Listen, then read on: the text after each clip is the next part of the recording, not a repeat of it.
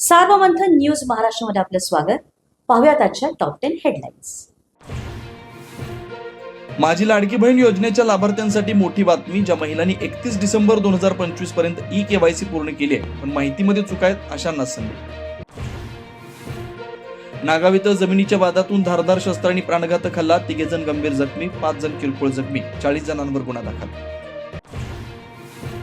कृष्णा नदीत उडी मारून 45 वर्षीय व्यक्तीचा मृत्यू, सांगलीत खळबळ, सरकारी घाटावर दुर्दैवी घटना, नदीतून पुरुषाचा मृतदेह बाहेर.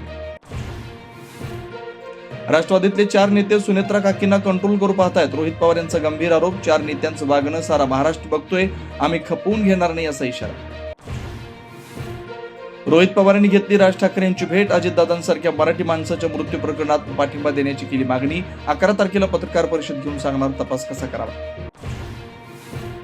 अजित पवारांच्या विमान दुर्घटनेच्या चौकशीचा आज अहवाल येण्याची शक्यता. डीजीसीए कडून झालेल्या चौकशी अहवालात काय असेल याची उत्कंठा. 15 फेब्रुवारीलाच अपेक्षित होता अहवाल.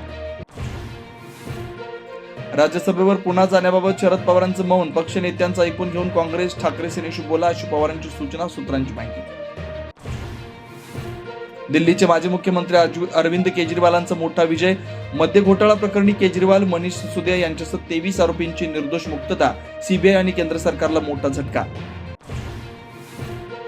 कोर्टाकडून निर्दोष मुक्तता होताच केजरीवालांना झाले अश्रू अनावर.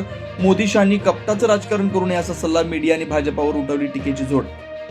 सार्वमंथन न्यूज महाराष्ट्राला लाईक करा, शेअर करा, सबस्क्राईब करा.